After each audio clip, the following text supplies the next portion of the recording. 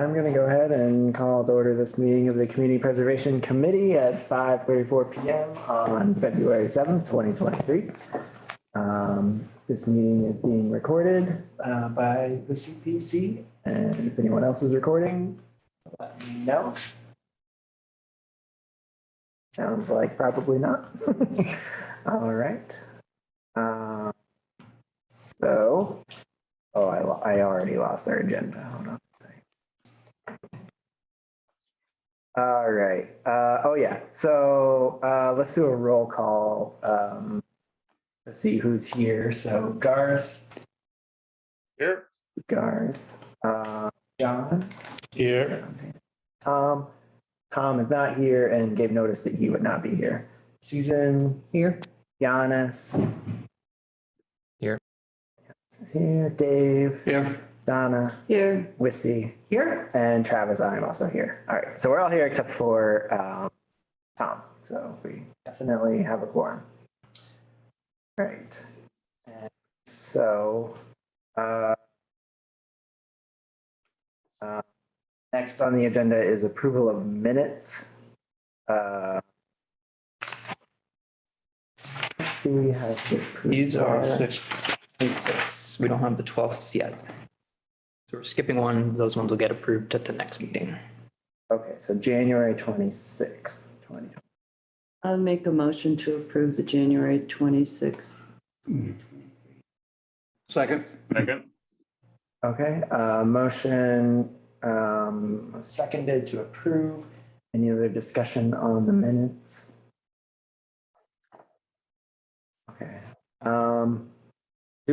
Are we supposed to, do I have it right that we're supposed to do like a roll call vote when people are remote? Yeah, that's ideal, yeah. I think so. It's right. Okay. All right. So we'll do a roll call vote on approving the minutes. Garth, Yes. John, Abstain. Tom, no, Tom's not here. Susan, Yes. Giannis. Yep. Dave, Yes. Donna, Yes. Wisty, Yes. and I am also a yes. All right. So that passes, and the minutes from January 26th are approved.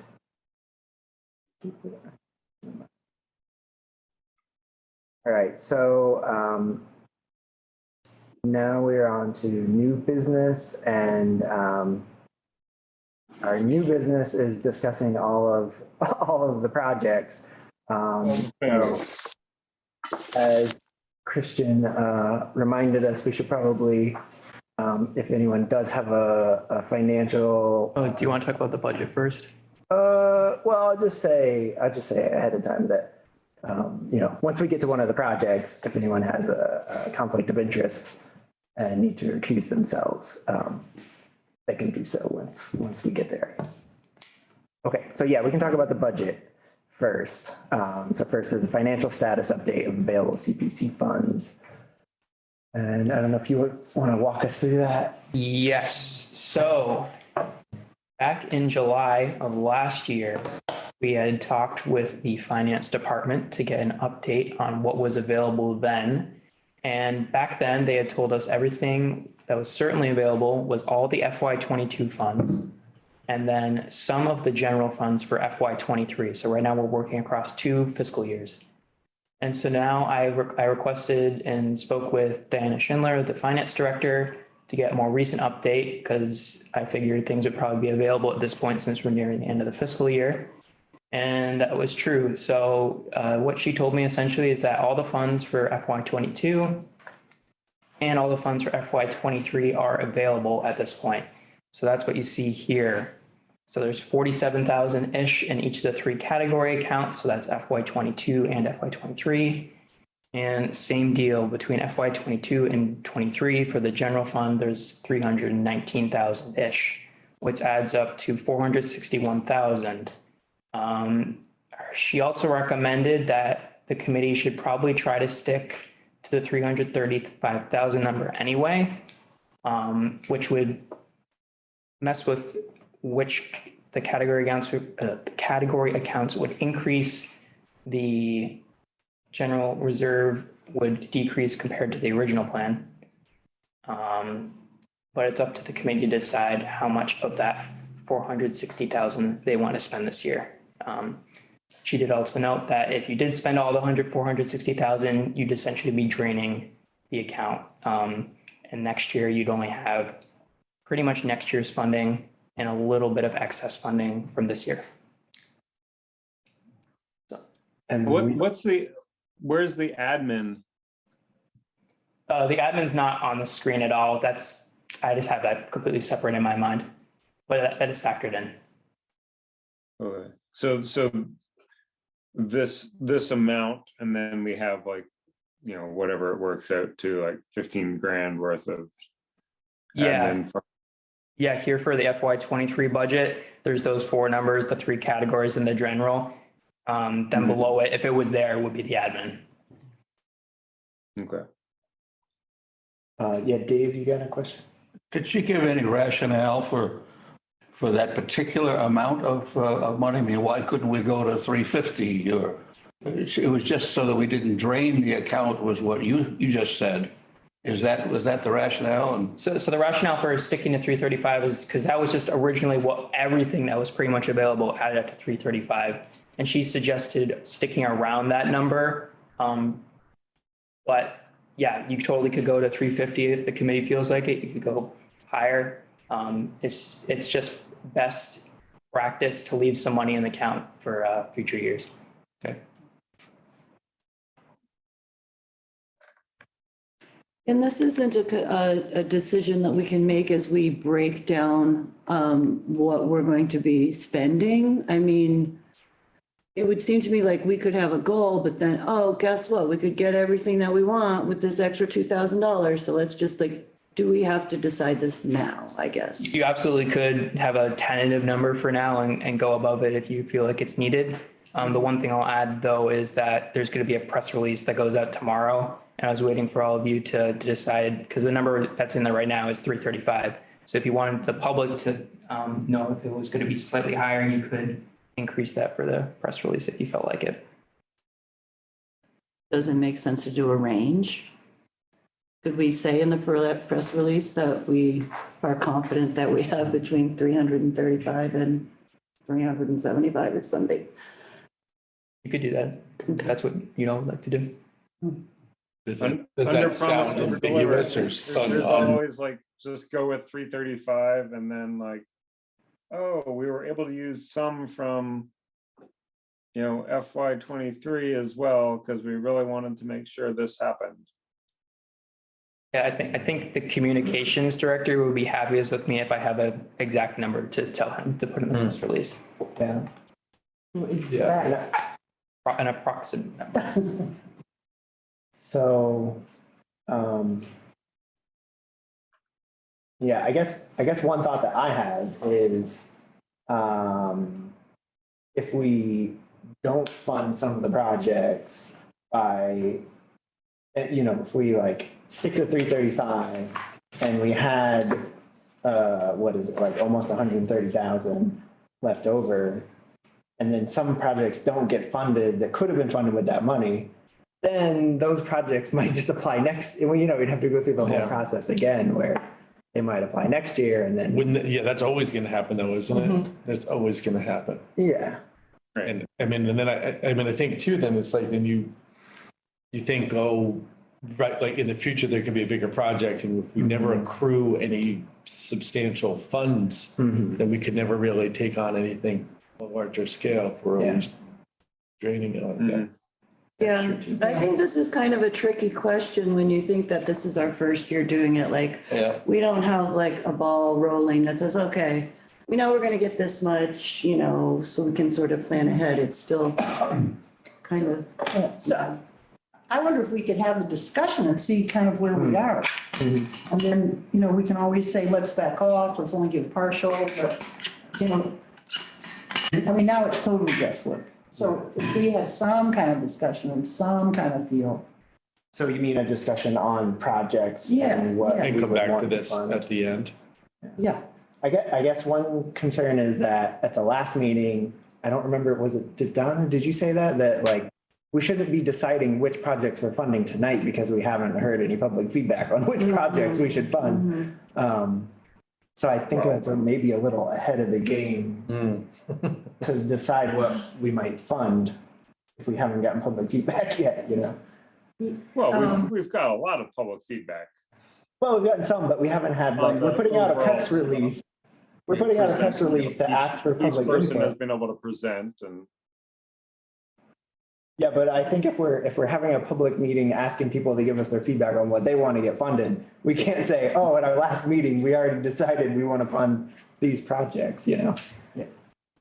My thought is Well, that I we mean, spend, did anyone else play with the spreadsheet and be like, oh, I put in some like ballpark numbers for the things I thought would be good to fund, and it came out to, 300,000 or 500,000 or, 350 or exactly yeah, I messed exactly it. 335. I messed around with that, but I did it looking at whole amounts, but thinking as a group, we might decide, well, we would only fund partially this or only like that. So I just did it theoretically, knowing full well that I would be totally adaptable to what the group was deciding. And if we kind of explore our thinking, it doesn't mean we're not going to take in public opinion. It just means we would have a feel for ourselves about kind of what amount. I mean, otherwise it would be so hypothetical. Yeah. It would be utter guesswork. Yeah. My thought is that we stick with the 335, but we give ourselves the option after we've had our discussions of possibly making a change on that. And but that the official statement is we're going at 335. That's what we assume. And then, if it turns out that, another $15,000 or $20,000 is going to make a difference, then we can move on it. It just doesn't seem, it doesn't seem to me to make sense. It's backwards. I agree. That's what I was gonna say. I mean, I feel like we're about to go through a door down a whatever, and I think optics wise and communication wise, stick to the 335. And if we find ourselves at a juncture where we're like, well, we need another $5,000 or whatever it is, then I think we can do that, because then I think, yes, projects will come back again next year. This is our first year. We really don't, but I think otherwise, then we're saying, well, let's try to guess. So I make a motion that we stick to the original amount as recommended by Christian. Second. All right. We have a motion to stick with 335 for the press release. Anyone have any other discussion on that motion? What was the wording that you were just going to use, with the possibility that? With the possibility that we can revisit it once we have done more deliberation. Okay. There we go. Well, we can always make another motion. The wording for the press release is 335. Yes, with the provision. With the proviso. Should we vote on that motion? Yes. Okay. Let me list here. Garth, you good with that? Yes. All right. John, Yep. Tom's not here. Susan, Yes. Giannis, Yes. Dave, Yes. Donna, Yep. Wisty. Yes. All right, and I'm also a yes. So, all right, we'll stick with 335, And just but we may come back. confirming it was stick with 335 for the purpose of our press release with the provision that we could revise it later on. Later on in this meeting, yeah, we can, if we want to change it later in this meeting. Later on in this meeting or later on after deliberations have gone through. Oh, you mean like, we're not definitely sticking to No, that, Yeah. that's our plan, but Okay. if we find that, Yeah, We're 2 grand shy of. Yeah. I think, if you say approximately 335. I don't think it would say exactly 335, because, Yeah. I mean, we don't even have to fund any project, like, we could fund one project if we wanted to. this is true. We don't have to use 335. And then we'd be strung up. Yeah, I mean, and I think too, for me, the communications optics part of it is that as a principal, we're not always draining the account every year.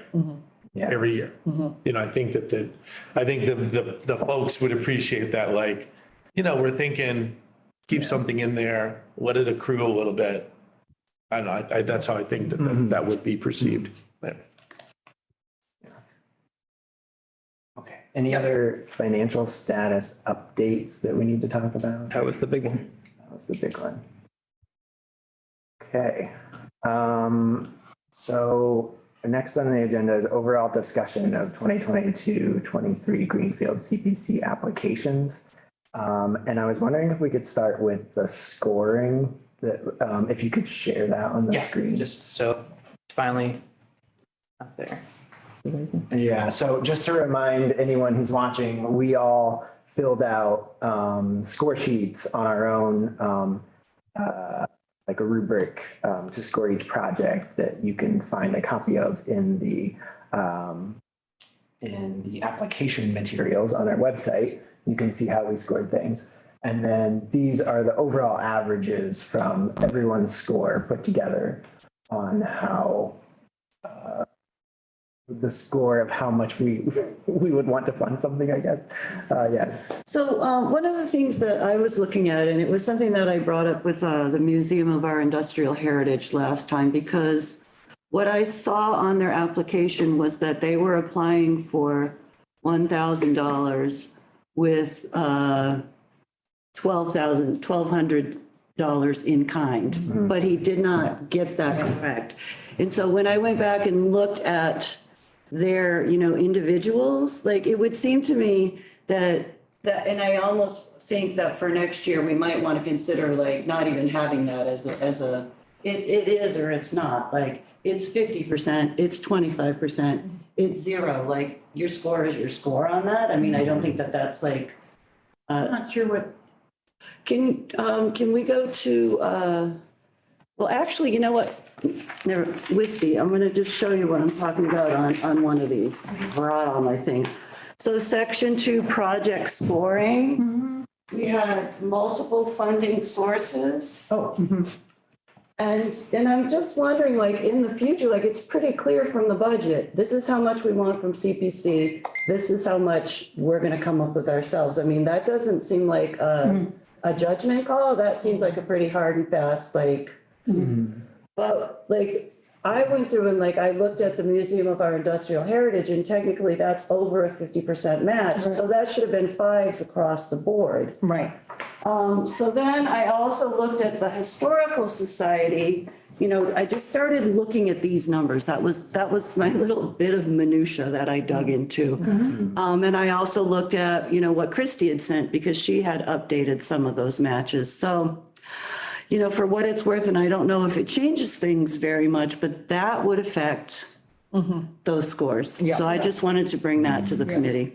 Yeah, and I think in general that scoring sheet's a good idea. And now that we've used it once, I think we'll have a lot of improvements on it. Yeah. Yeah. But this is how it came out, given how it is. So we should be gentle with, like next year when those scores come up, we might want to stick to them harder than we do this time. Yeah, I see them as being a suggestion. I don't see them as being, this is it. Okay, so this one's first, this one's second, this one's third, we're done.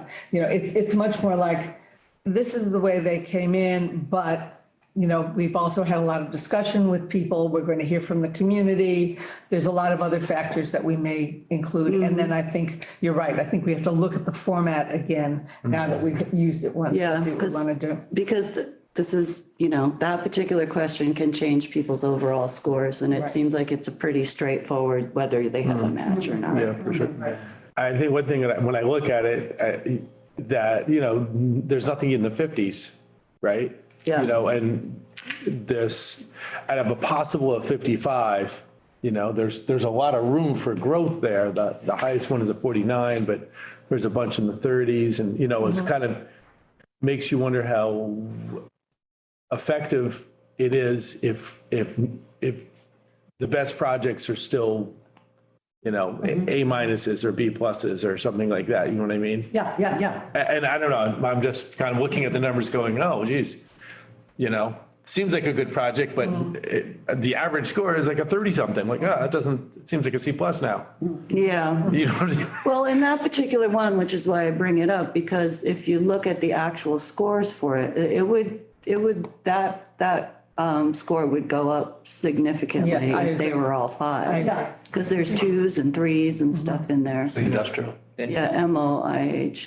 Like when we look at overall, Yeah, multiple funding sources, line 13, somebody gave it a 1, because they were looking at what their budget said, which said, we want $1,000, we're putting up 200. Right. But if we're counting, and that's the other thing we need to be clear on, if we're counting that $1,000 of volunteer hours as in kind, which is the way it's presented on the documents one, I just, yeah, no, I agree. I think that's, Yeah. Yeah. So really, I think that we should be mindful of, we need to go through our application and make it better, and we need to do this better.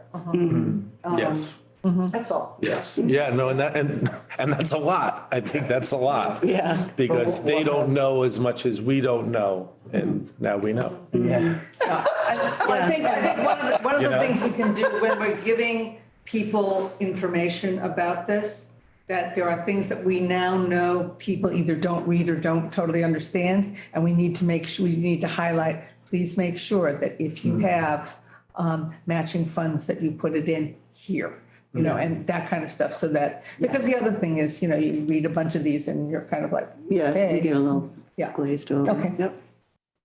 Yep, And I mean, it also seems like by the time we're actually getting the full application, the app and pre-app, like I didn't even, like, obviously didn't even bother to like check box any of those.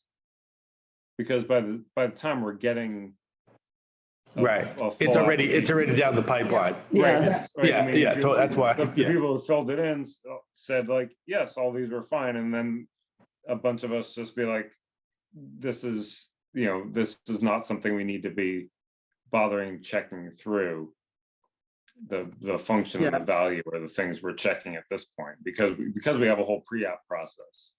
Yeah. I mean, sort of, there could be the right, there was one about like, oh, or were they helpful and did they show up at their meeting? Like, I guess that could still play into the thing, but by and large, like, people Yeah. want to go through the trouble of sending in a whatever page app, they're going to show up at the meeting or have at least something and or someone there to defend their thing, so that didn't that whole section of the scoring didn't seem as useful. Okay, so, Yeah. but we'll do that correction at a different. yeah, time. yeah. I mean, once we send our recommendations to city council, then we can start working on next year's. Right, yeah, right. Yeah, exactly. Like that, so that's a discussion for another time. Okay, so how do we proceed? So, yeah, It's Susan's suggestion on the Do you want- agenda. go ahead, yeah. All right. I made a suggestion that I hope folks had a chance to look at. It seems to me that considering what we have here in terms of the types of applications we have, that what we might want to do is look at the historical pieces, the housing piece, give them some numbers, tentative numbers, and then go through all of the recreation pieces, give them some tentative numbers and see where we stand. And then, we can go back and do another round. But that way, I think, we know that we've got, 3 on the historical piece, we've got 1 on the housing piece. That's not going to change. We can get those done and then move on to how we're going to deal with the large amount of money that we have for the, requested for recreation. And we'll have the required allotments taken care of. Yeah, and possibly a bit more than but we can figure out what the numbers are. That makes sense. So that's my thought, just in terms of process. So the, Yeah. for instance, the historical has more than the required allotment. Yes. So, but we can still look at that, but we might not finalize those. I mean, we're not going to finalize anything. That's the wrong word to use. That's right. Yeah, Yeah, that's all. yeah. So that it's a trial run to see where we are, I guess, basically. Okay, Okay, So what did Christian just sneak in over there? So there was two updates from Christie Yep. that to officially kind of put this in writing, that the Commission on Disability Access has an ADA parking fund. I'm also a staff member for them, so I've seen their meetings. It's kind of just been sitting there for a while. I felt like, hey, it's time to spend this on something.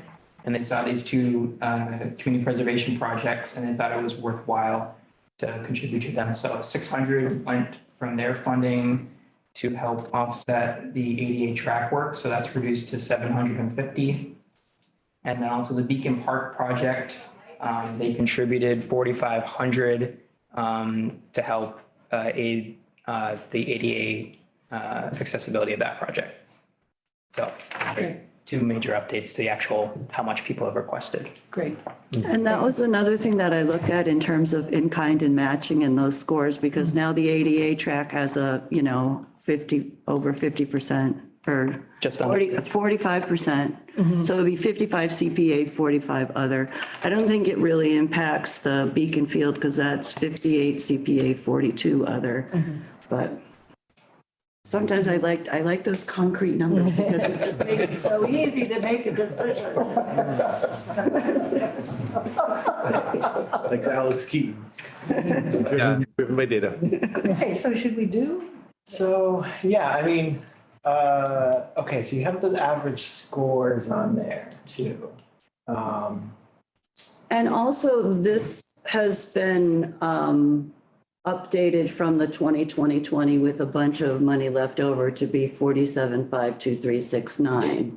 Yep, so this is everything from FY 22 and 23 for the category accounts, and then all of FY 22 for the flexible account, and then a little bit of FY 23 in order just to make it a round number of 335. So obviously, yeah. But we were still looking at 335 before when we were doing 20,000, 20,000, 20,000, and then the flexible was bigger, right? Yeah. So did we all agree that we're going to do this? Because I feel like this is new information. Yeah, earlier when we were saying we would stick to 335 for now. Yeah. I think what we were saying is we would use the specific accounts first, like the full amounts that are in the specific accounts, and then just lower the flexible one. Because then all of the money that would be left over would be flexible. Except I think you're saying something different, aren't you? Well, I'm saying that originally it was 20,000 for each of these in a bigger general flexible fund. And when we voted to stick with 335, I didn't hear a piece saying that we're voting to make each of these 20,000s into 47,000. But I think we have to go with the 47, don't we? Because that's actually what's there. We don't have to. I mean, those funds are the least flexible, so I think the advice was to use those first. Yeah. Because they can only be used for those specific categories. Right, but what I mean is that percentage that we are supposed to use, like that is we have to keep that percentage that includes 2023, which lowers the amount in the general account. Well, I think what it is when we have the 2020 and the general, we have all of that money still. There's just more money in all the accounts than what we had listed there because we got more money than that. And so, the amount that we put in each of those accounts, we don't have to use that amount. We just have to allocate it into those accounts. It just has to be reserved there. We can't steal from historic to put into housing or Right. I mean, we could only spend flexible funds this year if we wanted to, and then save all the rest. I mean, that's not what I would prefer to do, but. Yeah, both Stuart and Finance recommend spending through the category accounts first before touching anything in the flexible funding. Okay, so the category accounts went up because of the new funding and we have to earmark it for like equally among the categories? Yes. Okay, Yeah, so okay, that was the piece that I was misunderstanding. Well, there's a minimum amount that we have to allocate to each category. Yeah. And so Okay, that's just showing the minimum. I don't know if we actually voted on that FY 23. Yep. Yeah. Okay, but Okay, Yeah. so. Here's so- what Yeah, so that's allocated in there. We can spend it or not. and then we can, spend or not, but the grand total can't be over 461. Okay, so You know, here's so what I we mean. can though. spend somewhere between 0 and 461. Okay, but here's what I mean. Since that allocation goes up from 20,000 to 47,000, Yeah, that means that if we use that 335,000, what we've actually done is dramatically lowered the amount in the general fund Yes. because it came out of the general fund, We don't have to use it all. We can, Right. and then we've still got, what we've got is our 335. And so it would then change just so let's say we spent, on the housing, we spent $35,000. Then that's $12,000 that's still left in there. That means that we've spent $35,000. There's $12,000 left for next year. It does not mean that we, and therefore we have $12,000 more that in the general fund that we could use for the 335. Okay, I'm not being able to communicate what I mean, so let's keep going. Well, that raises another question for me, though. If we say that these are the earmarked categories that we have 47,523 to spend on housing, but we only spend 35, does that rollover have to stay in the housing? Yes, it does. Okay. Yes.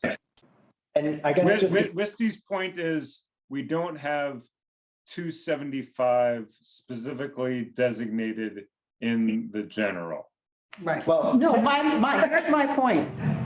except. Okay, that's the amount, the 335 that we say we're going with. Right. But if we increase the 20 to that, but we keep that total amount, the way we increase it is by lowering our general. Right, that's correct. That is correct.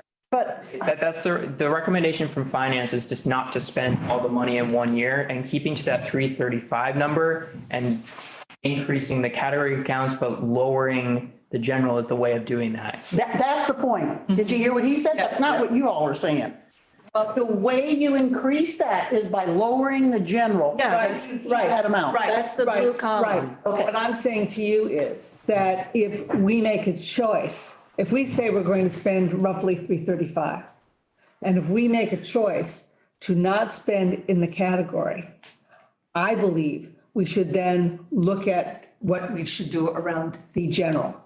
Because we will not be spending a total of 335. Yeah. Right. And I guess just to clarify, that middle fund where it says updated funding status, February 2023 in column D, that's how much we actually have in all of them. That's the max that Right. you That's could. what we Right. actually have. So Okay, let's do it. we can always play around. So are we looking to spend the 47? I think the blue is what we're. Yeah, so Yeah. we're looking to spend the 47, the updated amount in the earmarked categories first, but not in the other ones necessarily, because that's lowered, right? I think maybe another better way of understanding this is if you spend 335 this year, you're going to have around 300 and something thousand again next year. The number will stay around the same. Yeah. Okay, so, sorry, but does it make sense to make these numbers like rounder, like 45 or 35,000 instead of 47,350? No, it's a percentage that we need to. Oh, okay. Yeah. The one. That's how much is Yeah, actually. right. The one thing that it occurs to me is that in looking at what we have in terms of applications, we don't, our recreation applications are so large that if we do not, that I think that we have to some extent an obligation to look at this whole picture with that understanding that it to some extent, I'm doing a quick, the 47 plus the 192 does not equal kind of a general of 275 for, so that if we're looking at the amount of recreation demand that's in the community, we need to keep that in mind as we're doing this, that's all. And even technically the most we could possibly spend if we drained all of our funding would, on recreation, would be the 47 plus 319. That's Right. the most. Yes. we Right, could that's possibly correct, spend that's on correct, recreation that's correct. This year. That's correct. I'm not saying that we Yeah. Which spend it all. What I'm saying is. right? We could. could totally, Right. just on the, because there's so many recreation projects. Right, what I'm trying to say is that if we stick with our 335 number as our assumption, that if we do not spend in the category, we should consider putting some money from the rest of the general fund that we have enough into the general fund to balance that for the 335, recognizing that we have demands from other sources. That's all. Okay. Okay, I'm sorry, I'm still confused because I thought we were saying that if we didn't spend that line item on housing, it had to stay in housing. It does. But what I'm saying is that because we have a total of 319 in our general fund, if we spend less than the 47,523 for a category, It rolls over. it rolls over, but that also means that we have less money than the 335 to spend in total, because we have limited the amount. And so therefore we should, whatever that difference is, we should we should add it to the 192 so that we are consistent in having a total of 335 that we're spending for the whole shooting match. You're saying use more from the flexible fund. That's correct. We're not transferring it. No. What I'm saying is that we use more from our $319,000 in the flexible so that we maintain our bottom line of 335. And we also are able to use things for categories that maybe we But that line's 192. But right, but it would change. What I'm saying is. That's just a plan. Okay. It's not set in stone. Remember? Yeah, I think Giannis wants to. Yeah, I think maybe we're putting the cart before the horse and we should talk about projects. And come back and allocate. Yes. I mean, the way that I went about scoring these projects is that I literally ranked them from 1 to 14 of like, here's how I would allocate the funds personally, and came up with like, okay, well then, given that ranking, if these are the ideal order, then okay, let's apply the constraint of how much we can spend in a given year and consider out how much we want to actually allocate. I think that might be the right order to do things. Yeah. And I mean, I guess for me, again, the hard part is like, we haven't had our public meeting about like what everyone, what the public wants. So how we rank these projects might not be how the overall general public would rank these projects, I Yeah, guess. well, here we are, so. But yeah. We're gonna have to, Which is Yeah. fine, like we can run through them, yeah, per Susan's suggestion, like, all right, the housing one. We heard a shit ton about housing. We've obviously ranked it pretty high. In a ballpark, do we want to give, 0, 50,000, 75,000, the full 100,000? Do we have ponders about that? Historic, right? yeah. Those all rank. Hey, let's just start going through it. I mean, Where I do we think, feel about those? Yeah. Okay. So yeah, we can start going through it like that. And I told Tom that I would mention at this meeting that Tom said he was not going to be here, but he did want to express that he's still adamantly opposed to fixing something the town has let slide / neglected for 2 decades. He said, I won't be there, but would appreciate my opposition to the fountain and aeration project. This should be a 100% city fix. The city let this go fallow and should be responsible for the full cost of restoration. So I told Tom I would read that at this meeting so that And that's read. and so that was just in relation to the Highland. the drinking fountain and the Yeah, so Elmer Highland Pond. and Yeah, Lamore. Elmer and Lamore. yeah. Okay, Just pointing that out thank you. before we get started. Good to know. Okay, so yeah, should we start with housing just because there's only one project there? Okay, then I must recuse myself because I'm on the Franklin Regional Housing board and RDI, which is working with CSO, is on this project, is a subsidiary of the housing authority. So I will accuse myself. Okay.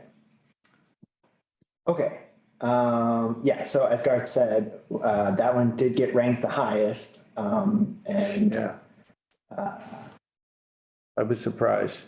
I was surprised that it got ranked the highest. And you know, I guess going back to it, I was like, it's a $23 million project and you need $100,000. That's a big bite from us. And I am stuck on that because it's like, we can fund a lot of stuff for $100,000. But for $23 million, it's like, right? A couple of Dixie cups, and it's not that much. Right. It's not that much.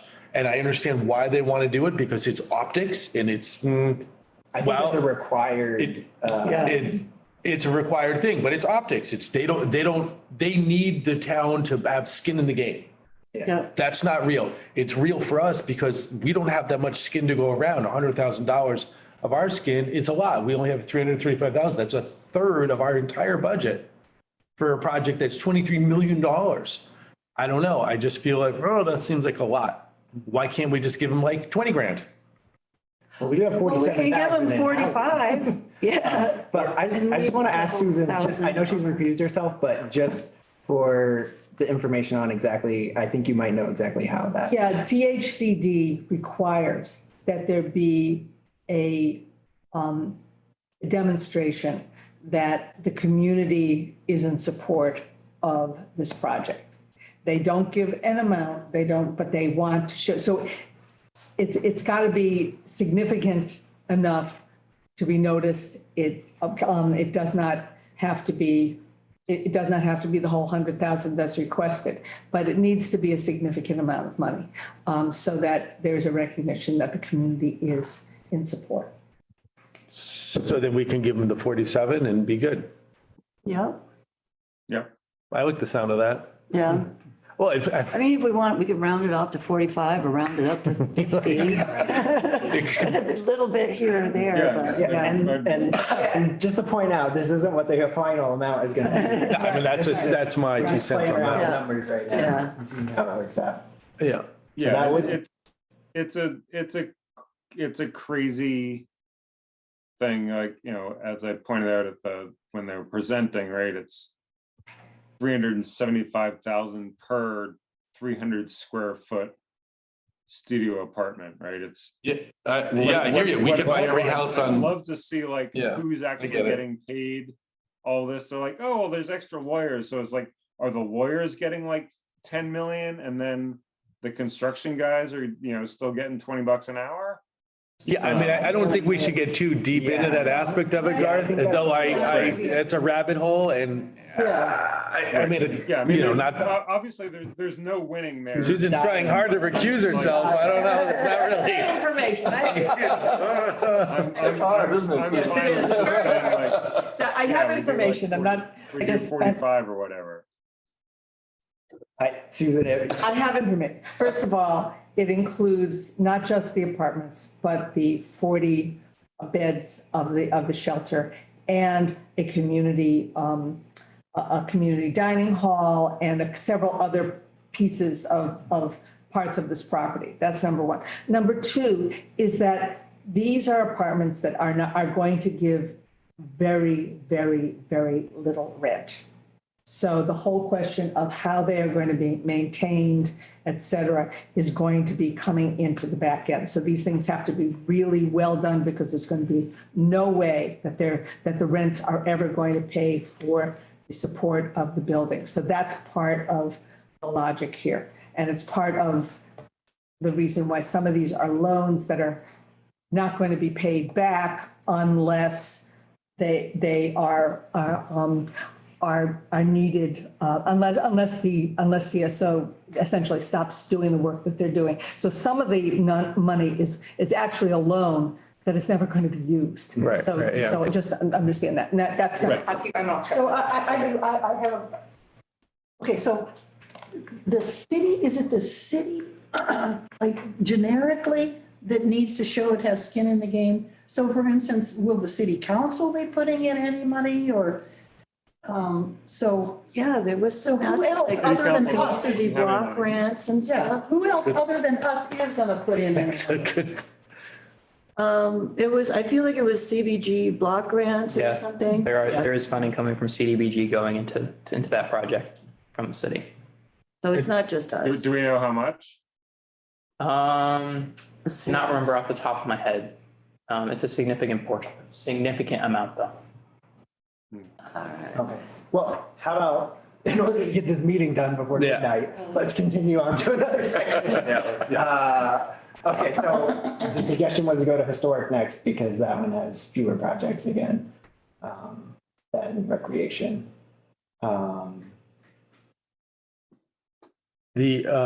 So the barn, the FCAS, I'm a director on that, so I'm involved with the fairgrounds, so I'll recuse myself from that. Okay. Just FYI. All right. Yeah, Susan. I'd just like to suggest that we fully fund both the Historical Society and MOIH. You know, and that we think about, you know, and this is a question for John, is if we were to put 29,000 or so into the barn rehabilitation, considering that I know that it was mentioned that there would have to be loans taken out to, is that significant for them or not, if we were to do that? I would say yes, it would be significant. And yeah, we might,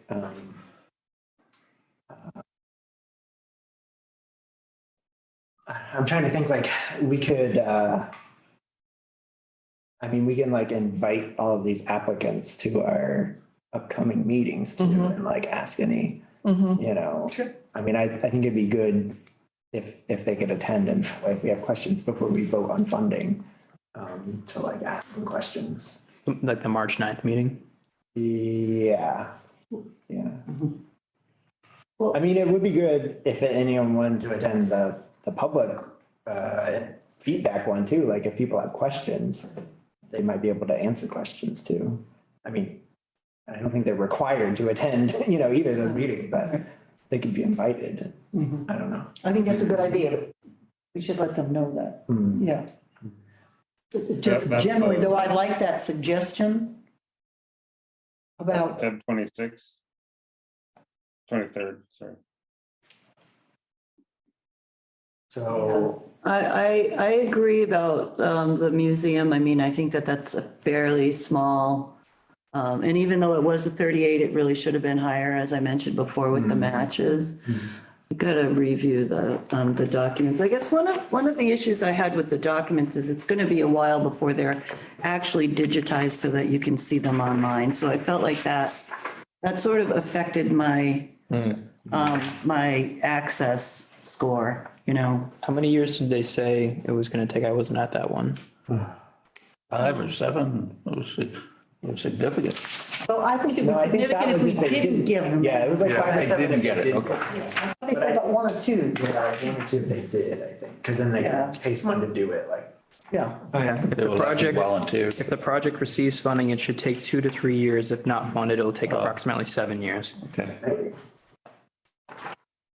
And part of the urgency had to do with people who are alive in the community now, who could also be tapped for information or things or whatever. Yeah.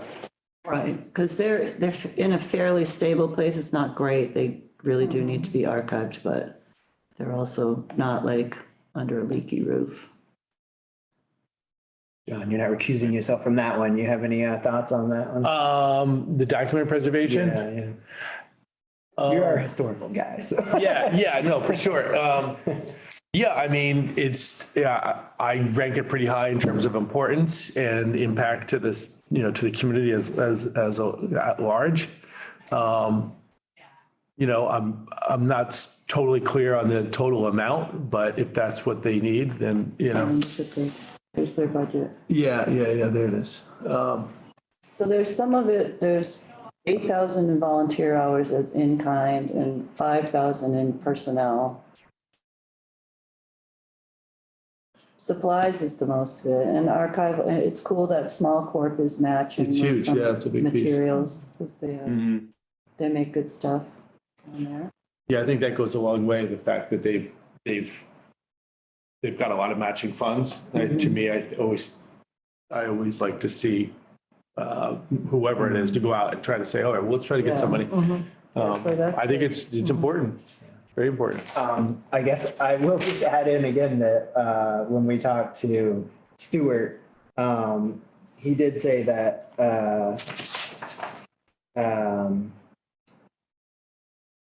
he cautioned about giving money to a non-city entity in our first year because we haven't set up, we haven't done any of those yet. And this is like our first year. So he was saying like, it might even make sense to only give to city projects. Not that we would have to do that, but it's just more work because we have to set up like all the contracting and things like that. So that's just something to consider. There's something to be said for starting that with some of the smaller requests, though. Yeah, I agree. Less risk.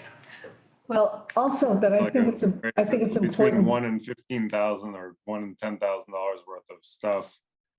That's like a smaller, like, oh, we're gonna try this out. Like, yeah, here's your contract. We're gonna give you the money to do it.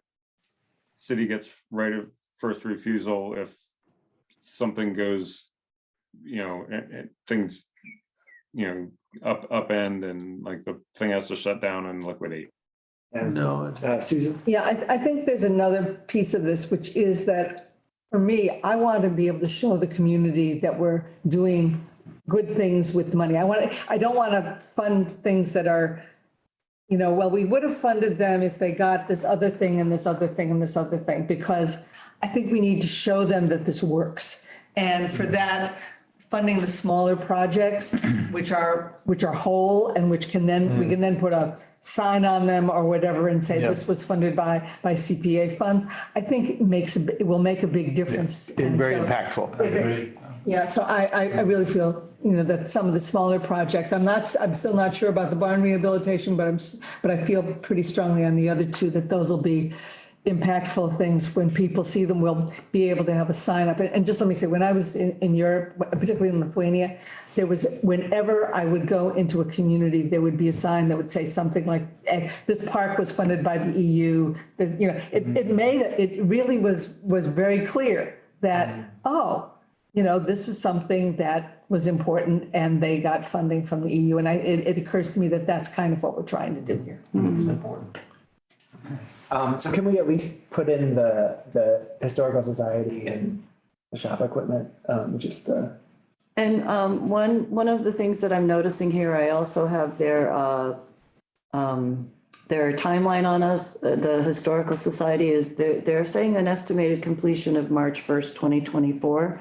So that is within the one fiscal year, because I was thinking like if this is going to be a 2-year project, there could be a potential for incremental funding, but it looks like they're planning to finish it up in the year. So I think we have to look at it as a 1-year project until we hear otherwise. Yeah, and I think the whole thing about the projects being scanned, the reason that was going to take so long is because like people have to come from Boston and they're going to do the preservation work, and then people had to come from Boston, and once they get contacted and scan it and bring it back. Right, yeah. That's why that part was going to, no matter what, that's going to take. Yeah. So yeah, I guess that makes sense that they would finish their part sooner than that. Barn rehabilitation. Okay, so what does that leave us? Like what? 31. 31. 31. Yeah. And we don't, I'm not trying to say we shouldn't fund that one, but we also don't have to fund every project. Yeah. Or we could partially fund it, or we could fully fund it using flexible funds too. So are we not going to put anything in there? Well, we haven't really talked to, I don't know. I mean, it's scored pretty high. It's another one of those, it's a private thing, asking for a lot of money. Personally, I'm a little dubious about how historic it is and how much it matters, whether we have like, it sounds like they were doing like rubber roofing for the historic barns. It's like, is that historic? Like the sheet metal was historic to the 20s, and thatch roof was historic to 1815. So So it didn't feel super historic, but I'm not opposed to like putting some money towards rehabbing them. when I think about that barn, those barns, and when I think about relevance to the community, I think that there are a lot of people who use those fairgrounds that are not me, that I don't know that they're going to use a lot of these other projects. So this touches part of the community that I don't think gets touched by a lot of the other parts. And I think that's pretty darn significant. That if at the fairgrounds, there are people who sleep in those barns during exhibits and, they use them like a motel. And it might be even like, I don't know this, but maybe during some of the music festivals and stuff. They set up their tents in there. There are people who sleep on the haystacks and who set up hammocks, between the posts and all that. And to me, it's important to show a lot of different parts of our community that we care. And I think that project reaches just what I said. I'm just repeating. Yes, that's a good point. I'd like to suggest that, because what we're looking at is a bringing down of their debt load, because there's no way we're going to be able to put $79,000 into this. So I'd like to suggest, we could, but we're not going to. The discussion has not been in that direction. So what I'm going to suggest is that we put $20,000 in there as a way to bring down the debt load for that they are going to have to get to make all this work. And that would be leaving money in the historic. That's correct. That's correct. Oh, no. Whoa, that's more than What a difference of zero makes. We'll go with that for now. Yeah, it's just a suggestion, but I think it helps us move on in the discussion. Sure. Just a reminder, it's 6:31 right now. Just an update on the time. So when we look at these, I almost kind of think maybe like in order of like the scoring, like the highest scoring one there is Beacon Park.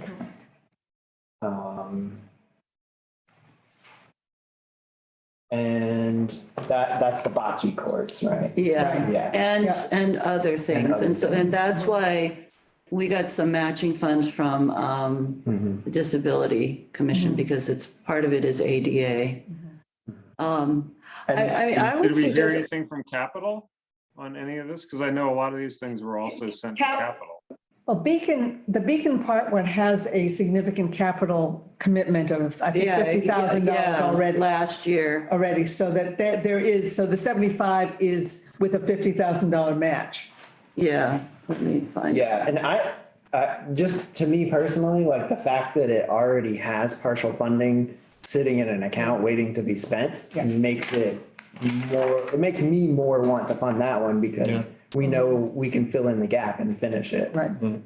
And there's the ADA money, with the capital funding. So to me, out of like all the recreation projects, that one, I think I scored that one the highest because it had so many other funding sources that were already committed.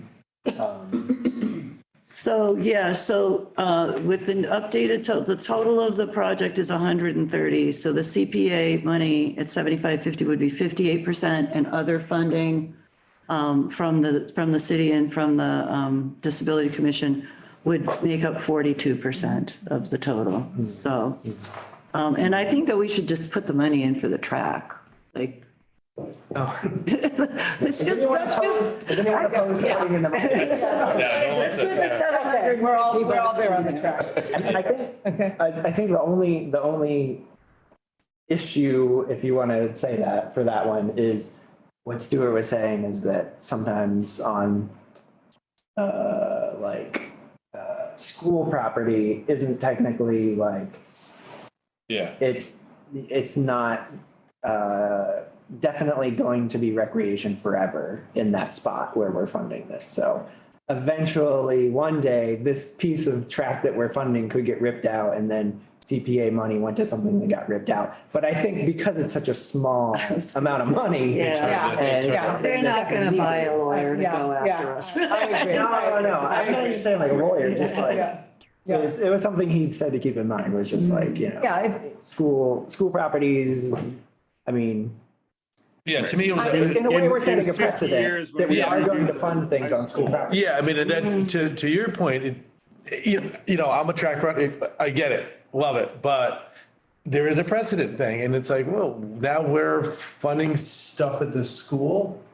Shouldn't that money come from somewhere else first? it's not going to come out of the school. The problem is it's not going to come out of the school budget. Well, So And it hasn't come from city. And it hasn't You know, come from, yeah. you know, remember when we started this and you're supposed to, city agencies are supposed to look for other funding sources before they come to us. Is all I'm saying. Right, yeah. And as a precedent thing, I know it's $750. You're like, it's not a big deal.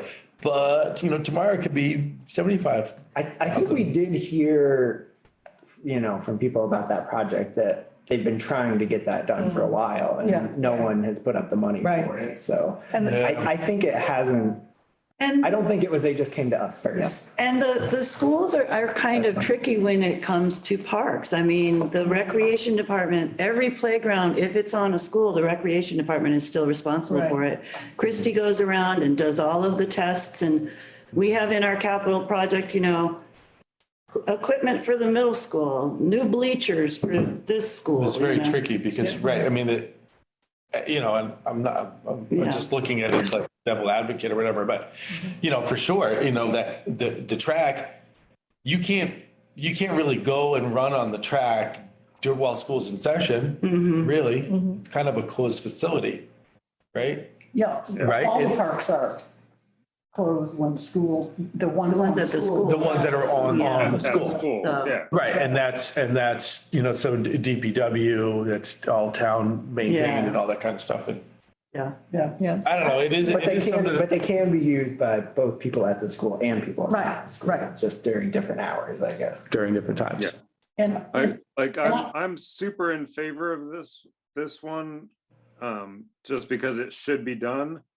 And I also intend to show up at the town council meeting where they're finalizing this and grandstand and shame the shit out of the town. Okay, well, Because I this think one that's makes me separate from so your- mad. Yeah, I think that's And separate like, from your and I CPC duties. I appreciate that the DPW is like, yeah, we'll do our work, which basically means that like they could have done that work anytime in the last 8 years.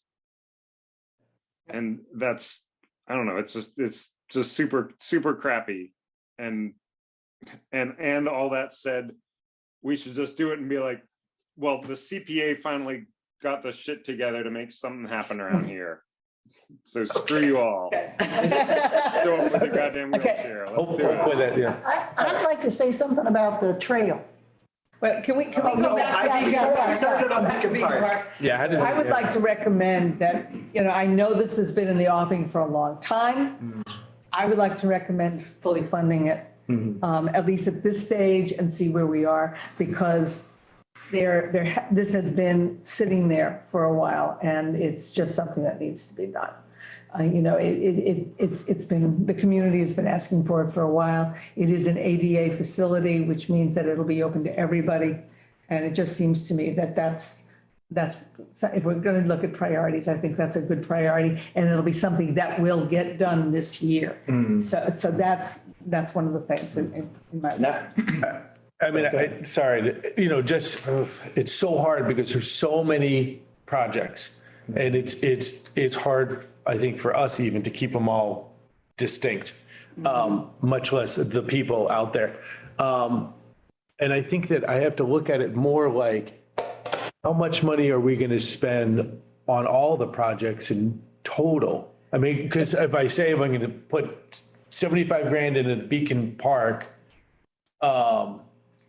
then how much left do we get? Because there's just so much other money in That's the there. point of doing this exercise, is to Yeah, see where well- we are. And then, I mean, I guess to your point of like fully funding it seems like a lot. yeah, it does. It seems like a It does. lot. It does. Even if we did half, that's still a big bite. And But there's it some of the doesn't other get projects. finished. That's my point, is it doesn't get finished. And I think if you look at some of the other, like pickleball, 300,000. No, I can't, yeah. Site amenities, 109,000.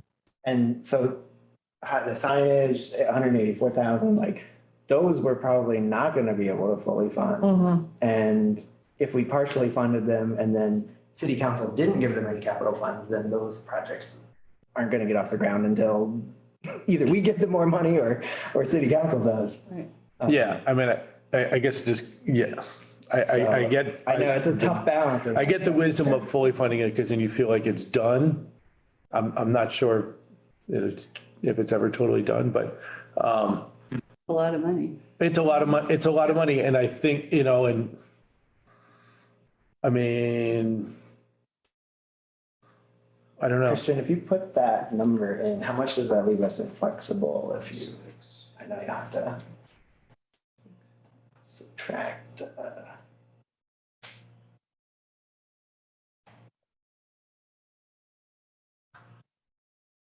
So that would leave us with 163.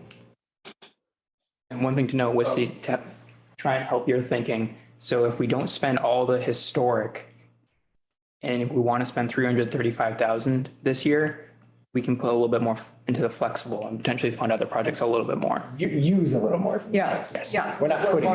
Yeah, exactly. Let's be. Yeah. Yeah.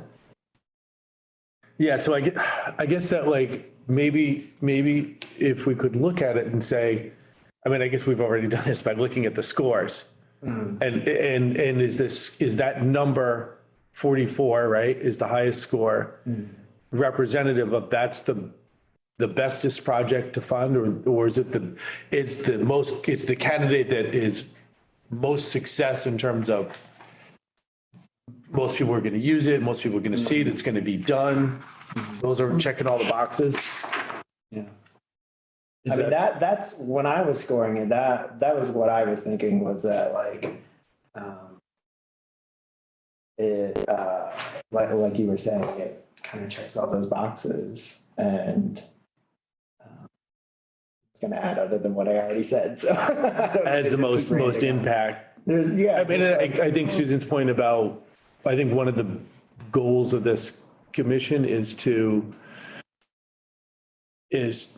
for the community, for the town folks to be like, oh, we got something out of this. Right. Yeah. We got something out of this. Yeah. So And I guess to me, it also goes back to your point about the projects asking for funding somewhere else before coming to us. And that's one that definitely asked for capital funding and they only got partial capital funding.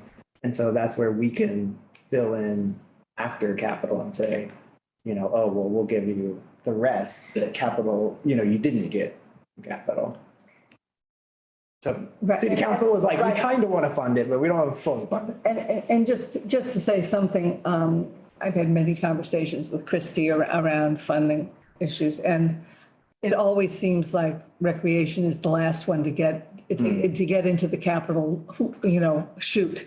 And so I think that part of that, I mean, the new truck for the DPW will definitely come before that. And so I think that this is a place where the balance, the balance is a little bit, from my perspective, is a little bit more toward recreation, because they don't, even when they get capital funds, they rarely get capital funds in the same level as some of the other departments. And I guess also I'll point out that I don't remember, what's the committee that reviews capital funding first before it goes on? Was it Ways and Means? No, the capital improvement Capital improvement, yeah. committee. Yeah. This year, they did not recommend more funding for the bocce courts, but they did recommend more funding. They did recommend fully funding pickleball and the trail signage. That doesn't mean they're. No, but that. But yeah. that can play It's into gonna it. happen this year. Yeah. I mean, we do that, we build that budget out years in advance too. Did you say full funding? Yeah. Capital improvements gonna? No, that it was They recommended. It doesn't mean it's I going mean, to go. city council can, and Hasn't been decided. It still has to go through the mayor too. the mayor. Right. Yeah. The mayor and city council, and so they both could be zero, but Bocce, and just because they didn't recommend it, Bocce could get funded, but I'm assuming that it's probably less likely since it was not recommended. Well, and that is my concern. I mean, it's a lot of money, but will we lose the money that we already have by not, ponying up and spending it? Looks like somebody texted or chatted. Was that Christie? Yeah, that was Garth. Garth says he recommends the trail restoration 10K, ADA 750, like what we have, Beacon 75,000, and Shattuck 24,000. Or it would be the full, yeah. So can we just leave this for now and move on? Yeah, should we Move on go to Shattuck. in Next slide is Shattuck. Shattuck? Okay. So the Shattuck Park one is pretty like straightforward, one and done. The stuff is already there.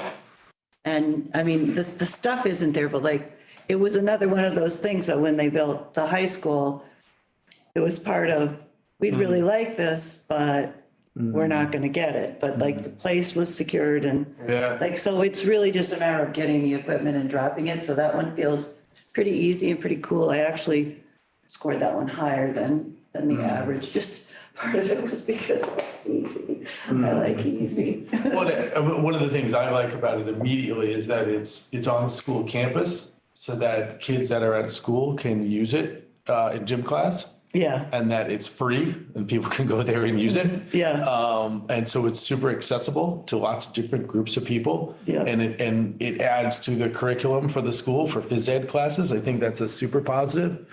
So I did really like that one too, and on those terms. And it is sort of like you say, like one and done. You put it in and it's there.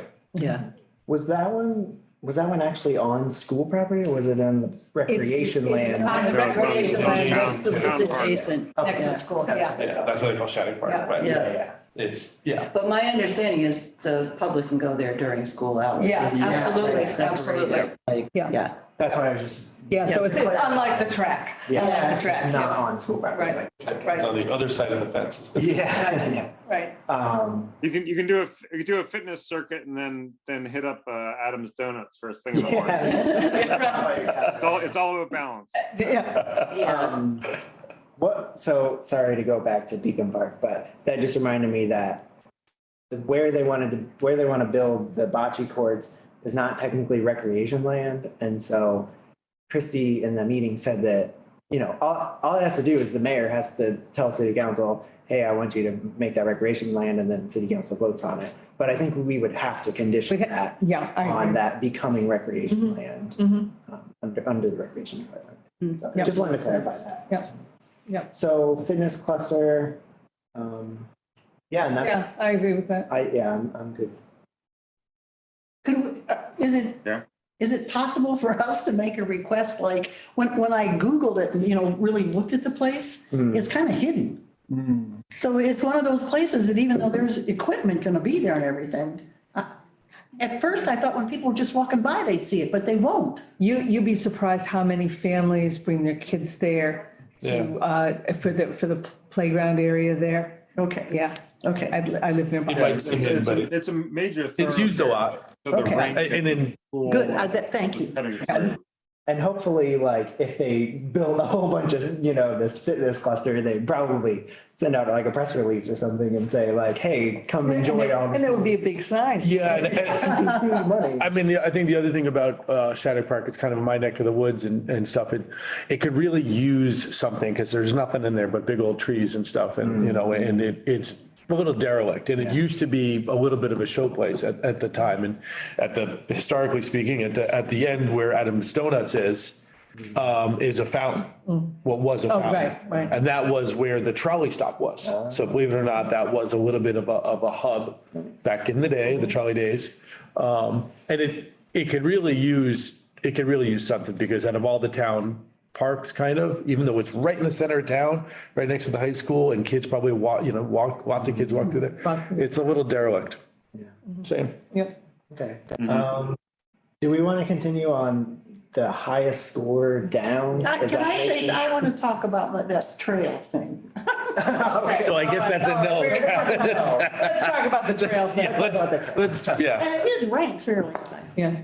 Anyway, one of the things, to have AmeriCorps come in is, and it really, I mean, they mentioned that AmeriCorps is going to be contacted, but I think that they're set to work with it. That's a big, Yeah. that's a big contribution on that side. And I was impressed And with that, I for sure. think that all around the city, the paths and trails need to be spruced up. And if this could be a demonstration of what could happen, it makes such a difference if it's a really good trail and is usable. So anyway, I really like that one. It's your 2 cents. That's my 2 cents. And I think, He gave us some different, like phases and options here. So I think Yeah. that familiarizing ourselves with like what's, I mean, there's erosion control, then, I mean, some of the stuff is about fixing things. We also, have to work with him to ensure that there aren't going to be any trails rerouted, historic stuff. But, Right. Well, there was specifically, it sort of seemed like that was the one that would be most eligible, actually. Right? The trail Rerouting. maintenance it's lovely to be like, oh, this is what you could do if you actually funded your recreation department, but that's not what CPA is supposed to be around. But the whatever, the 5,000 or the 7,500 that's around, we're gonna rebuild this trail so that it's more Right. of a trail rather than a cut through. That Yeah. actually seemed pretty valid to me. Yeah. Yeah, I agree with Misty. I think that this is an important piece to do. There's a lot of projects, hey. Yeah. I'm saying, we were talking about this, I'm just saying. We know. This is a good one, and I go there a lot, and I run there, and, looking at the photographs and stuff, and then like, I've had some tumbles, I've fallen, I've gotten, there's some parts that are wicked sketchy, and if you're running. Is that the place that's, where you're crossing over Northeast Utilities land? Yes. Okay. Yeah. Part of it Because is, that's yeah. another consideration. I don't know, Well, nothing could be done on Northeast Utilities. Right. I'm really impressed with the thought that we need to provide more attractions for people to come to our town. We talk about revitalizing downtown. Yeah. And I believe that ain't gonna happen until we go to the next higher level, which is get an industrial park, which is get more attractions like recreation facilities for people to come, not to mention the schools and the police department. But I think that those things we need to concentrate on those. And I think that the attraction of a much better hiking facility makes more sense to me than anything. Yeah, no, I agree. And I think that I'm super proud of the trails we have in town. Use them all the time, take the scouts there. It's a great asset. They're super accessible. But, then you go there and you say, oh, go, these trails are like rough. And so there is that. I mean, and that's kind of a bad on us as a community, is that they've gotten that bad. Recs department has no budget to go there and do it. Right. And so things have gotten sort of out of control. And I'm impressed that they've got the AmeriCorps and they're super involved and super organized. This application I thought was one of the best ones, honestly. Yep. So just saying, I like it. So unless there's objection, let's put the $15,000 in there and see where we go. I mean, Okay. And I want to do one other that would be controversial. Sure. And I just want to bring this up, is the money for the pond to begin to change that. It has been years since people want to do something with that. And and my thought is if something gets started and starts to make a change, Yeah. who knows what's going to happen? If there will be trails put around there. I mean, the possibility is incredible, but something has to start. And if that aerator works and if it starts cleaning up the pond and if we can start looking at it in a different way, I just think we don't know what the potential is. So I just want to throw that out there and say that for me, that seems important. And that's a relatively small amount. I just want to let everyone know that it's 6:54 right now. Yes, okay. All right. We do have public comment period at the end of this meeting, Yeah. so we'll probably hear some comments too, but. Well, why don't we do that one and then let it sit? Because we don't have to do them all tonight, Or, I mean, We could just- my preference is to go through them all. Let's not Okay. get bogged down too much. Everybody puts in their 2 Okay. cents and we get a little bit of a feel of like how, Okay. I feel like it's working. Like, I feel like we're getting a sense of where we're at. Yeah. Since we're talking about the aerator. My 2 cents is, on one hand, the pond was a little bit of a gem within Highland Park.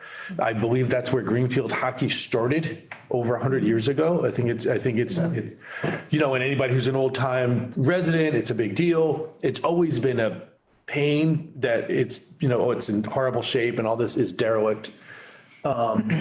So I get that, and I'd love to see it restored. I'm not sure where this is gonna go, because it seems like it's a tip of a huge iceberg, and I don't know. But I would like to see something done. So maybe we could give them something. The other thing, UMass has these, and they're very cool looking. Yeah. And if we're talking about that whole making something really accessible and interesting, just having the aerator there and having, that shower in the center of the pond will be something that will draw people to walk that area, which will also mean they might think more about the pond when it comes up, in council, but it also means that it just may be. Puts it on the radar. Puts it on the radar. Yeah. And I think it makes sense. I go along with Wisty on this one, on the 8,000. I'd give them something. Yeah. I wouldn't give them all of it personally. Yeah, I guess my only concern is that it's like you were saying, it's like the tip of the iceberg, and it sounds like it's supposed to be like the start of a many multi-step process, but like the rest of the multi-step process isn't really laid out yet. So I don't know. Yes, that's that's my biggest concern. Yeah. I mean, there are a lot of ideas, but there's not like a plan. It felt iffy to me, and sort of in the like, oh, well, a bunch of like old timers say they want to like dredge the pond. It's like, you know what?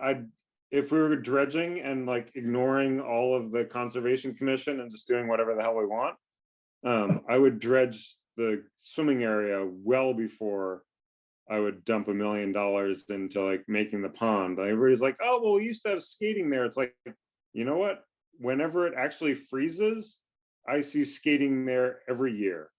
It hasn't actually frozen this, solidly this year, but there is always people who clear off a big chunk and go skating.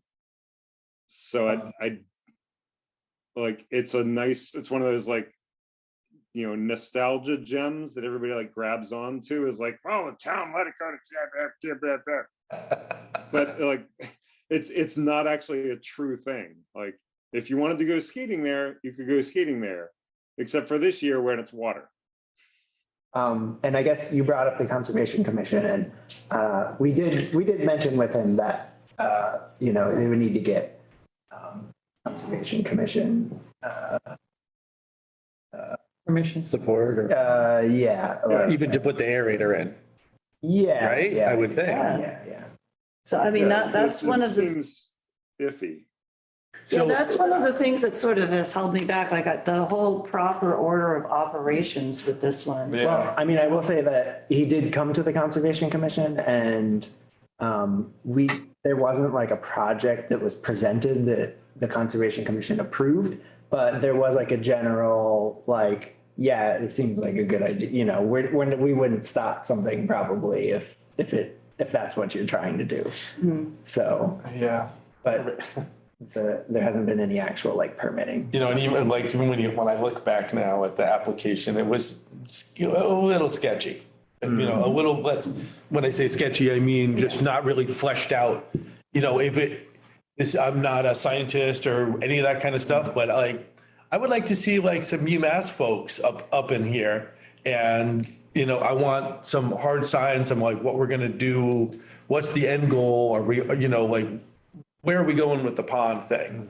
As much as I like the nostalgia piece and whatever that is, there's the warming hut, and that was part of it. You're supposed to be warming up with the hut, and we could do that. It would be kind of fun. But yeah. So then if we fund part of it, right, then we say we give it like a tip of the hat, which means like we support it in spirit.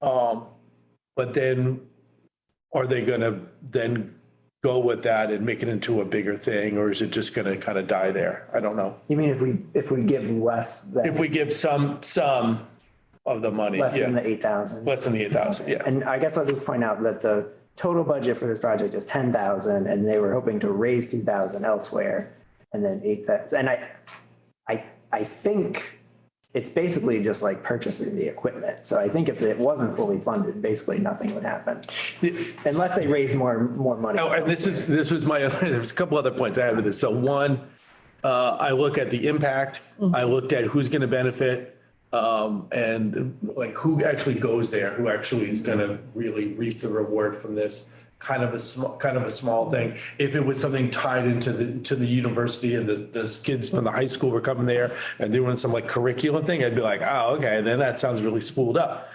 That would be the one piece. And then the other part is it's in kind of the richest neighborhood in town. Right. Right. And like, I don't know, get some money together. They should be able to raise that money easy. Just saying. I was just looking at the department reviews and Chrissy's position was that maybe there needs to be a feasibility study on this before Yeah. it moves forward. Yeah. That Seems like the right- because there also are the maintenance, what would it cost to maintain this? Because, you know, it's going to dredge up stuff. So then, you know, it's going to aerate and it's going to, you know, so what happens then? So, so perhaps it's more in the category of we could consider putting $2,000 toward a feasibility study, you know, and. Would that be enough? I think that would mean we're not funding it this year and Right. Yeah. come back with a feasibility study. Yeah. Yeah. I think that's what that would be. Yeah. But I think that there's, you know, there's reason to Yeah. look at it, but let it be for now and kind of go through. Maybe we should move on to the next. Yeah, it looked like Christie said something in the chat. Christian, I think you were looking away, I don't know. Christy says they need to update the electrical to use this too. Oh, okay, I thought you said it was solar powered. Okay. I think we imagined it was solar powered. Okay, so, Okay. great. And just as speaking from recreation, like we hear from people all the time about wanting Highland Pond to Yeah. be. But we also hear from people are crazy for pickleball, crazy. And we haven't even talked about it. All right, so let's go to the next. Go to pickleball. Let's go to pickleball. The $300,000 one? Yeah. Oh, geez. It's huge. I don't, this is one of those, Chrissy said that in order to make this at all possible, we needed, you know, in terms of that we were talking about 2 courts. That's $80,000, plus that doesn't include parking and the rest. I just don't see it in this budget at this time, and I think there might be other resources that the rec department might be able to go to get pickleball. I concur. Any courts there. There's one, we have one pickleball court now, but in terms of. Tomorrow you wouldn't be happy with two. I'm saying, I don't think there's $80,000 for 2 courts when there's still no money for the parking and everything that has to go along with it. I don't. So it's a Doesn't make sense to tricky, me. it's a tricky area. I mean, there is some natural parking there. And I feel like I thought that part of the $40,000 was for including like some pavement for parking. Christie Yeah. could answer that Sidewalks, question. parking in the section of Abercrombie Park. Yeah, that's So- currently an open grassy area. So that is part of it? Okay. It's kind of a secluded part of town, right? Abercrombie? It depends on where you live, you know. I used to hang out there all the time and be a delinquent, so. Okay, well, it's in like a cul-de-sac kind of. I mean, I'm only just putting it out there. It's pretty famous for its, the Greenfield men's softball plays there. There were, one of our initial applications or pre-apps was looking at bathroom improvements there because there are town bathrooms there. There used to be a park, because it used to be a school, Sure. a public school. Yeah, ski jump. Yeah. Oh, yeah. Hill climb. I guess Bring I back just, the ski jump. yeah. I drove down that thing in a Volkswagen Bug once. Whoa. Oh. Wow. Oh, no. The hill climb hill. I Wow. wasn't driving, I was a passenger. That's 15 almost years worse. ago, There was a kid that got paralyzed sledding off that too. So, yeah, I don't know. Bad scene. I don't know. I mean, I think this is a huge dollar amount. I think that it impacts a fairly small segment of society. And come back next year. I guess my thought on it is going back to the capital funding for this year. This one was recommended for capital funding, and so is the trail signage. And I think Tom, in our last meeting said that he thinks we should try to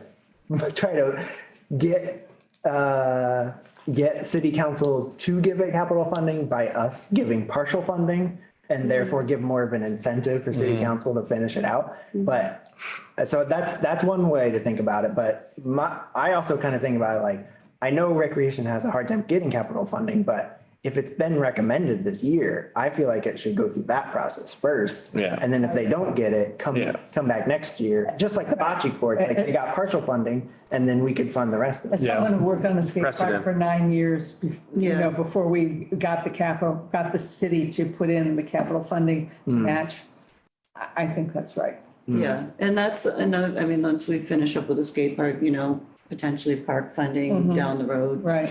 Right now, everything's sort of, I think that we need to put in some TBDs here. And this is one of them. What if it was like, 80 contingent on at least 100 from capital or something like that, or 50 contingent on at least? Well, we haven't hit all the rest of the projects yet. Yeah. So Yeah. we The can come back. drinking fountain, I don't know if everybody saw Christie's latest update, moving it to a place that's more accessible would cost significantly more money. Yeah. And it is in one of the richest areas in Yeah. town. Yeah. It's like, yeah. And I just, it's not in a location in the park that people would look for it. Yeah. Here's another one for you. When I go play tennis, which I don't, but when I would go play tennis, I would bring my water with me. Just saying. So, yeah. The water fountain is, anyway. Yeah. So what I'm hearing here is I think that we're saying no to this one. Do we Well, want to? tentative. We might get a lot of public feedback where they really want it. Just write in and they will. kind of no. But Yeah. I think for me personally, it's what you get for the amount of money that you're Yeah. putting in. Yeah. Yeah. Like if we can get a whole fitness cluster for 24,000 or Yeah. one drinking fountain for 29,000. Yeah. Yeah. Yeah. Oh, 37,000 is the wrong one. Yeah. Right. I mean, I think back to the original, the 90% of the cost is running, or 75% of the cost is running a line across that thing. If there was a super need for a water fountain at Highland Park and at the tennis courts, we could put it up like right next to where the water Is. Well, actual that tap- was part of the update, I think, was moving it, Yeah. would make it more expensive. Yeah. So I think that we need to Right, leave no, this but one that's for what I'm now. saying, and- like you don't run any line. Like they were like, oh, we'll move it up by the monument, which moves at like 10 or 12 feet. or maybe it's 25 feet. But it doesn't, like the actual tap is right up like as you get to the top of the hill there. Yeah, I mean, Well, I guess all we can do is review the project as presented to us. Right, yeah. yeah, say, right, that's a good point. Thank you. So, Not, Yeah, not so I would, likely like, now. I mean, I Yeah, would- I right would now. vote no on that one. yeah, let's Kind put a of TBD on that one. Yeah, I'm kind of like a, All right, we got three more here. three more, we got it. Yeah. To be determined. Okay. Totally beyond, yeah. Okay, site amenities, they're expensive. What were They're those in a again? lot of different places, which makes them tricky. I think that Christie would be happy getting a couple of projects and maybe overwhelmed by getting all of them because it creates more work. So just because of money, I want to say TBD on this one too. I don't know how other people feel about it. Yeah. It's a very cool idea and it's great that you can have stuff all around the city, but I think maybe when we get a little more, Down there, yeah. better at It feels tough again with the like, oh, we build something on the sidewalk and then they decide to plow through there or put a parking lot or reconfigure the street and it all gets ripped out. Yeah. This was one that we actually talked about that, and she said that they weren't going to do any just on sidewalks because of that, and that it would only be on park properties, I think. That was an update. Okay. All right. Yeah, I think that's right, TV. But we can do TBD. Yeah. It's 7:10 already. So. Yeah. All right, so, So. feasibility study, what do you guys think about that one? You know, I scored it really high. I think it's very cool. I thought you presented very well. It is our first year doing this, and I do wonder about the optics of funding a study that, supports a bike path that's mostly in Deerfield. Yeah. Entirely in Deerfield. It's completely in Deerfield. Okay. Completely different. I'm a cyclist. I would love to see this happen. And I think it's a ridiculous thing to do. Yeah. I think the other part is that it's asking for half from us and then half from Deerfield CPC. Yeah. And I mean, it's kind of another thing where like, because it is going to be in Deerfield, maybe if Deerfield put up some money first and then, like they didn't have enough to cover the study. I mean, I do think, we definitely can fund projects in other towns if we think it's going to help the region or like people in Greenfield, and this would create more access. So I'm not like against it on principle of it being outside of Greenfield. I would just want to say. Yeah, I mean, I think my issue with it is that as a cyclist, it's like there's no study that's going to change the reality that once you go down Deerfield Street, you go over the bridge into Deerfield, and you're on like that's the most dangerous section you could ever cycle on in like all of Franklin County, and you can't unless you're going to go another way, like up a road, like I do. You're gonna totally avoid that route completely because it is dangerous. And unfortunately, the reality is that if you want to access the bikeway into Turner's, which would be the goal to me, would be able to be able to link our bike trails, like the one up by the swimming area, to some other place and actually connect Greenfield to any other town via a bike trail. There would have to be another way to do it. And there, to me, a study's there's not gonna come up with some bright bulb that people have missed all this time. And I just don't get I it. think the study was for a path that would be off the road and like what it would cost to build a path through and like get property rights and things like that. Yeah. I think it's like an off-street bikeway. Yeah, once you get over the bridge, you'd make a right through into those fields and then connect up with something that would get over to Old Deerfield. Yeah, basically avoiding. Yeah, why would, anyway, to me, it didn't make a. You're still going down Deer. Oh yeah, Christy sent a map. Yeah. I don't know. You're still going down 5 and 10. You're still that intersection there where Cheapside and Deerfield Street cross and you go over the river. That's where you're gonna get hit. Yeah. So Hopefully Christian has the map. And Well, now, since they've redone that, there's actually it's a pretty nice shoulder. It gets filled with crap. But it's actually a marked tagged bike lane, up to the bridge. The other part thing, Garth, is that what I want to do is go across 5 and 10 to get to Turner's, which means what I need is a safe link to there. Because that's where I want to go. I want to go into Turner's or down River Street in Deerfield so I can get to Sunderland. Because if I was just going to go down Deerfield, I would take Upper Road or Lower Road. Hey, I'm just saying. Yeah. So I think the blue is where we're going to be on that map. Yeah, making that left is definitely like a. Yeah, that's where you're going to get pull whacked. in there, take the lane, and hope that somebody the truck behind you is not on the phone. And then, anyway, I think what I'm hearing is TBD on this. thank you. That's right. Definitely a TBD. And then Highland Park signage. And that's another one. I mean, it's really expensive. We're waiting to hear back from Capital to see what is funded. So I don't know that we can determine this one tonight, except to say TBD. It's a ton of money. So there are 2 phases now after Christie's update. So that's just something to keep in mind. So it could be an $80,000. Yeah, that's what I'm thinking, that this is one of those things that if, it may be that we can get Capital to support it if we put some money in the game. Go ahead, sorry. Yeah, go ahead, John. I'll go after you. I was just going to say, compared to the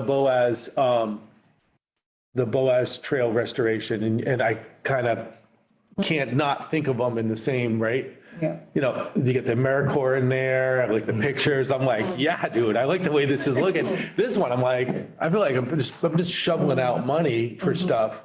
How about the tech school could make the signs? Or how about so and so could, Right. let's try to that's a lot of money. What we want to have done, I think, can be done by folks around here. Reach out to the university. I think it bears a little bit more Yeah, I mean, development. I think a big part of this was like the tech and the GPS stuff, so people don't get lost and you can find out where you're at, that sort of thing.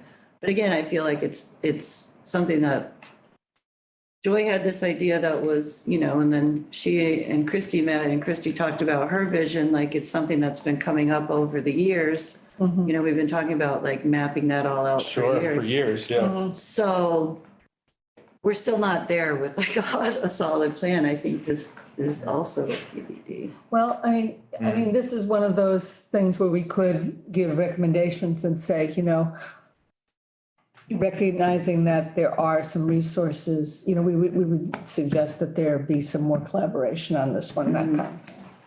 I just wanted to say Christy sent a message. She said she was asked to potentially show the phases by us, but the request still is for full funding. Okay. Well, is it ever legal for us to talk with people? I mean, is it ever legal for us to talk with city council or something to see in the future, is there a way we could coordinate, or do you know what I mean? Yeah. Can we ever talk about process? Is that legal? That's what I want to know. Christy raised her hand if you want to call on her. I think before I get to Christy, I think the hard part is I don't think we can ask them how they're going to vote on a project. We don't know until they vote on it. Right. I just mean generically, for instance, if we can get more information about, are there ways that we could coordinate or benefit the town, the funding, is there some kind of, just generically, not talking about any kind of specific, if the city council said, yeah, if you guys gave a little bit, that would help us say yes. Or if the Conservation Commission said, if this, then this, are there ways that we could just work? And I just don't know if that's legal. That's what I'm asking. Yeah. And you don't even have to answer that now. Sometime you can answer. Christy, you raised your hand. Yeah, hello. I think that's where it's key that I come in, because I meet with the mayor frequently. And some of the city councilors haven't even seen what the capital improvement committee has approved unless they attended the capital improvement committee meetings. And the ones that I was at, I only saw one other counselor there, just so that you guys know.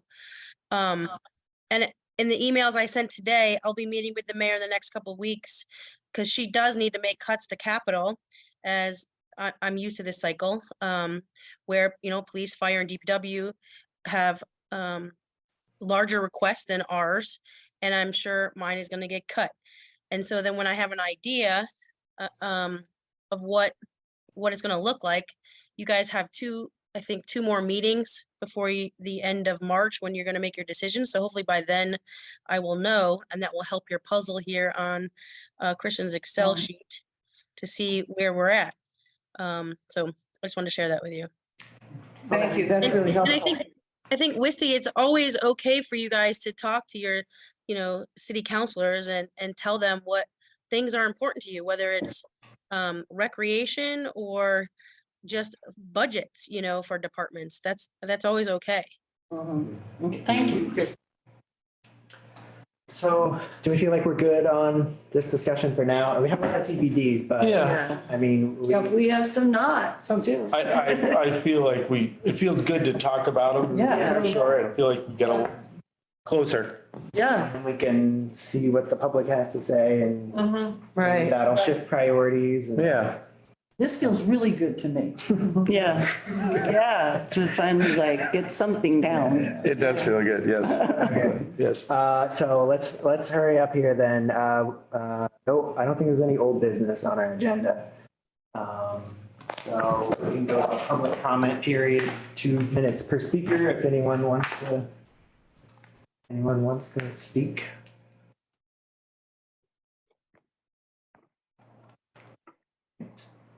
No public here. So.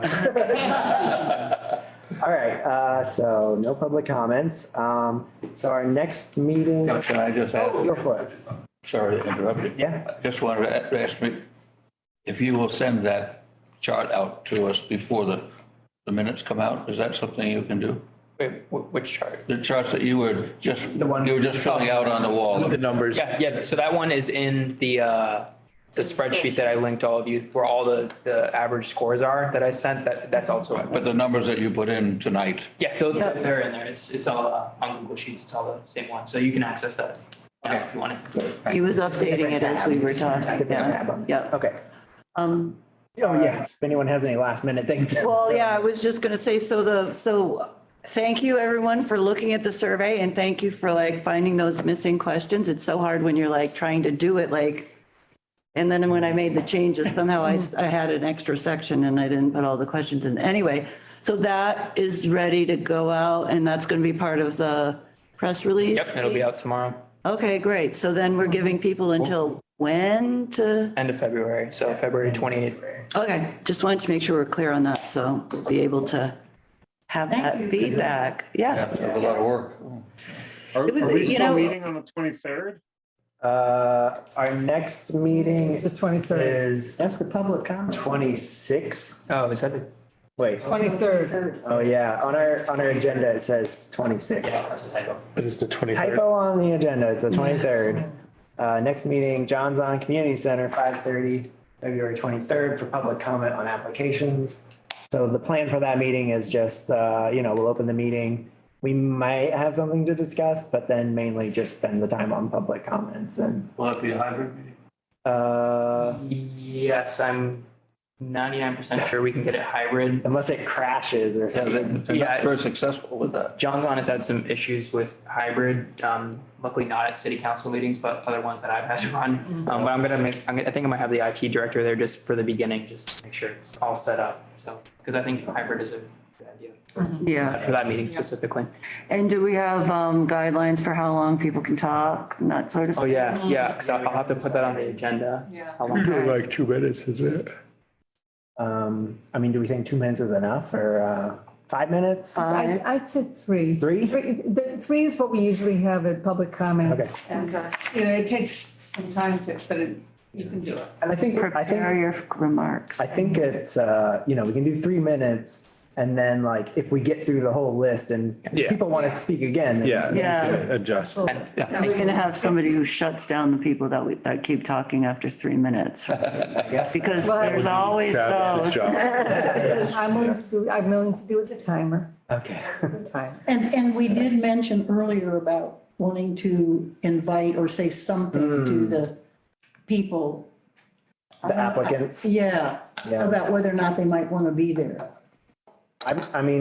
Christian, could you just like send an email and just let them know that meeting? Yeah, I'll let them know the plan for the next 3 meetings. Yeah, and just, they're welcome to attend. Or do you want to encourage them to speak at the meeting or not really? I don't think we need them. I don't need to No. encourage them. I think they might do it all on their own. Yeah, and they have 3 minutes, just like the other people. That's right. And that's to make comments, not to ask questions. Yeah. Comments. Yeah, at the public hearing, it kind of turned into Q&A. Yeah. So it should be, you guys should really not be speaking at all. It should be the public. Yeah. Yeah, Right, right. yeah. I mean, Gotta this hold one that though line. isn't a public here. I mean, it's a public comment period. Yeah, though, right? So- even as a public. But not a Yeah. discussion. It's not a Like discussion. when city council holds just regular public comment, not public hearing, it's just them listening. Yeah. Yeah, Yep.